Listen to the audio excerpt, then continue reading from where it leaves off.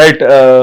మీరు రాజశేఖర రెడ్డి గారి కోసం కూడా గతంలో మీరు రాజశేఖర రెడ్డి గారు ఇంటర్వ్యూ చేయడం ఇవన్నీ చేస్తున్నారు ఆ రోజుల్లో. అది పొలిటీషియన్స్ ప్రోగ్రామ్ రాజశేఖర రెడ్డి గారు అంటే మీరు ఫిలిం జర్నలిస్ట్ కదా.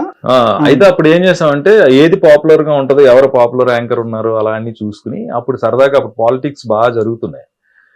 వాళ్ళకి ఉన్న పర్సనల్ ఇంట్రెస్ట్లు ఉంటాయి కదా, వాళ్ళ ఊళ్ళల్లో వాళ్ళతో ట్రావెల్ విత్ ఎ పొలిటీషియన్ అని. మాది సినిమా జర్నలిజం అయినా కానీ నాకు రాజశేఖర రెడ్డి గారు ఒక ఐడి కార్డ్ లాగా ఇస్తే అసెంబ్లీలో పొలిటీషియన్స్ వాళ్ళ ఊళ్ళల్లో ఏమేం చేశారు. ఇప్పుడు వరంగల్, సిద్దిపేట, కాజీపేట, రాజమండ్రి, విశాఖపట్నం, విజయనగరం ఇలా కొంతమందిని కొన్ని ప్లేసెస్ మెట్రోపాలిటన్ సిటీస్ లాగా ఉంటాయి కదా.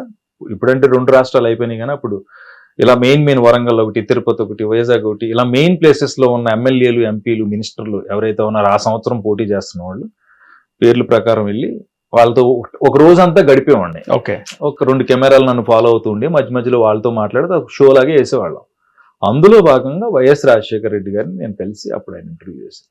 ఓకే. ఏమనిపిస్తుంది ఆయనతో ఇంటర్వ్యూ చేసినప్పుడు ఆ రోజుల్లో? ఉందా రాజశేఖర రెడ్డి అంటే రాజసం ఉందా, నుంచున్నా మాట్లాడినా అదే. జగన్మోహన్ రెడ్డి గారిని కూడా ఒకసారి కలిసినట్టున్నారు మీరు. అదే ఆ రోజే రాజశేఖర రెడ్డి గారితో ఒక ఫోటో ఉంటుందండి. ఆ ఫోటో కావాలని అనిపించినప్పుడు ఆయన ముఖ్యమంత్రిగా ఉన్నారు. అప్పుడు నేను సాక్షి టీవీకి వెనకాల బ్యాక్గ్రౌండ్ వాయిస్ చెప్పాను. రైట్. అప్పుడు జగన్మోహన్ రెడ్డి గారిని అడిగాను, రిక్వెస్ట్ చేశాను, నాన్నగారితో ఒక ఫోటో దిగుతానండి అంటే, రెండు బలివారతి అని తీసుకెళ్ళి ఒక ఫోటో తీయించారు. ఓకే. ఆ తర్వాత జగన్ గారిని మీరు కలవడం కానీ? లేదండి, అసలు మనకు అంత అవకాశం. ఓకే. అన్న మీరు సుమ గారితో చాలా ఏమంటారు ప్రోగ్రామ్స్ డిజైన్ చేయడము. మా యాంకర్స్ కుల గురువు ఆవిడ. యాంకర్స్ కి కుల గురువు. బాగుందా? ఆవిడే చేశానండి, పట్టుకుంటూ పడిచారు. ఆవిడ లైఫ్ లో చాలా పెద్ద హిట్ ప్రోగ్రామ్. అంటే మీలాగా ఎప్పుడు ఆవిడ నవ్వుకుంటూనే ఉంటది ఎప్పుడు. ఆవిడ ఇంకా స్పాంటినిటీ. నేను ఆవిడ కూర్చుంటే ఇంకంతే, చుట్టూ 10 మంది వచ్చేవారు. మధ్యాహ్నం భోజనాలు అవి మర్చిపోయి సరదా కబుర్లు చెప్పుకుని. మా షో మధ్యాహ్నం ఉండేదండి 2 o'clock తర్వాత. అందరూ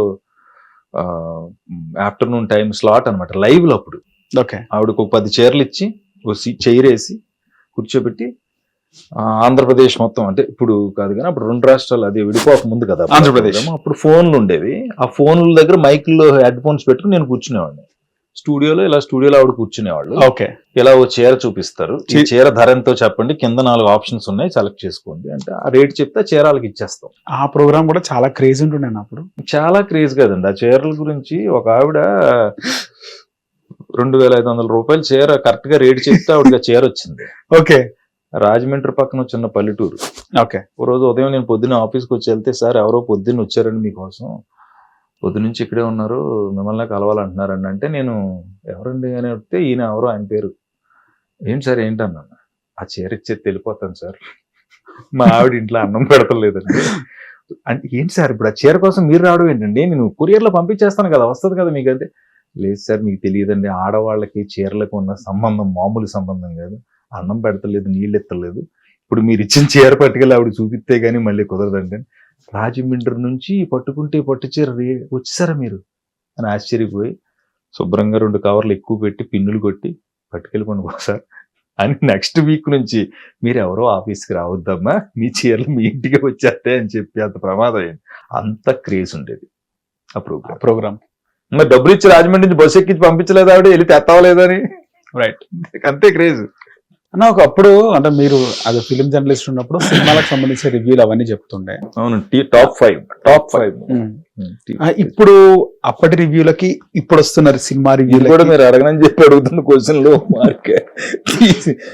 ఇప్పుడు ఫాస్ట్ ట్యాగ్ ఉంటుందా, కార్లకు పైన స్టిక్కర్లు అంటిస్తారు, అవసరం లేదు. అందులో డబ్బులు ఉంటాయి కనుక అది దానికి అదే స్కాన్ చేసుకుని కార్ వెళ్ళిపోద్ది. రైట్. లేకపోతే అక్కడ బ్లాక్ లిస్ట్ అని వస్తుంది. అలాంటి క్వశ్చన్ మనం ముందు అనుకుని మీరు అడుగుతున్నారు. ఓకే.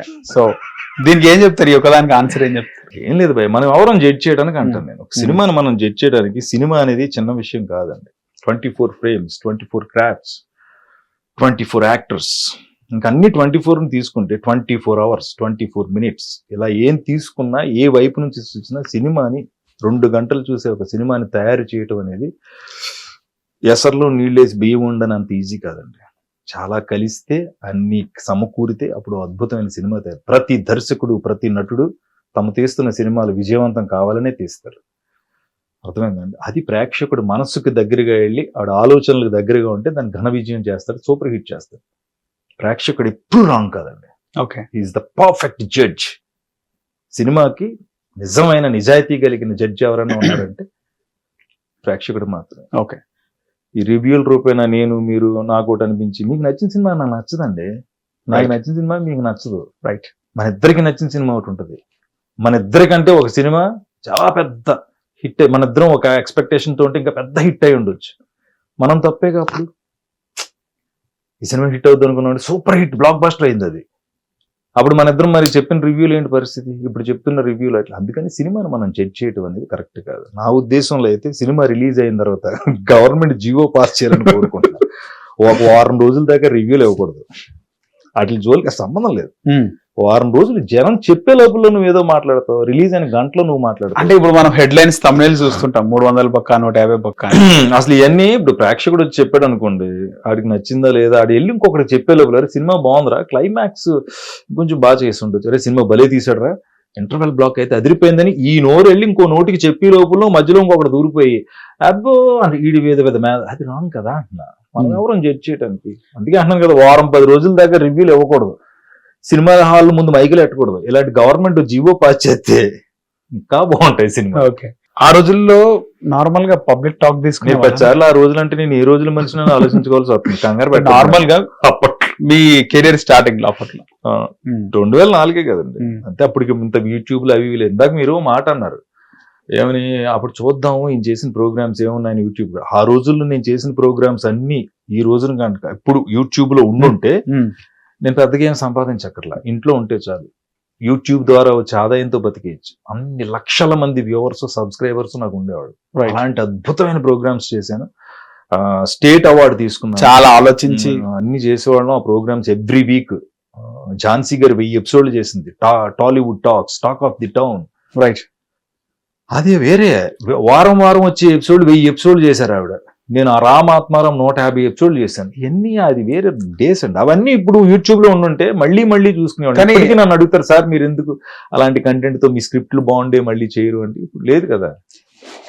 అంటే చూడరప్పుడు చేయడం ఎందుకు అంటారు వాళ్ళు. నిజంగా మీరు ఇవన్నీ అంటే ఆ ప్రోగ్రామ్స్ పేర్లు చెప్తుంటానా, అలాంటి ప్రోగ్రామ్స్ ఇప్పుడు లేవు అసలు. అంటే చెప్తున్నాను కదా, అందులో తీసేస్తే కెమెరా, యూట్యూబ్ లో ఎత్తే దుబాయ్, అక్కడ చూడండి అక్కడ ఏం ఓపెన్ అవ్వవు. ఆ టైంలో చేస్తే అప్పుడు మళ్ళీ వచ్చి అలాంటి ప్రోగ్రాంలు చేస్తే చూస్తారు. ఓకే. ఒకవేళ మీరు ఈ 2-3 years లో మీరు కెరీర్ కనుక స్టార్ట్ చేసి ఉంటే ఎలా ఉంటుండే? ఇప్పుడా సురేష్ గారు అప్పుడు కాకుండా ఇప్పుడు స్టార్ట్ చేసి ఉంటే కెరీర్ ఈ యుగంలో, ఈ టర్మ్ లో, 2000 ఈ యూట్యూబ్ జమానా నడుస్తున్న టైంలో మీరు స్టార్ట్ చేస్తే ఎలా ఉంటుంది? అస్సలు భయపడేవాడిని కాదు అసలు నిజంగానే. ఇప్పుడు నేను ఇందాక చెప్పిన కెమెరా ఉంది కదా, ఫోన్ లోనే యుద్ధమే రోజు. గంటకో వీడియో, 10 నిమిషాలకో తుమ్మితే వీడియో, దగ్గితే వీడియో, పరిగెడితే వీడియో, కూర్చుంటే వీడియో, భోంచేస్తే వీడియో, ఇంట్లోకి వెళ్తే వీడియో, బస్సు ఎక్కితే వీడియో. తీసుకెళ్ళి అందరూ పోసేయడమే. ఎవడో మనల్ని పాపులర్ చేయక్కర్లా, ఆటోమేటిక్ గా పాపులర్.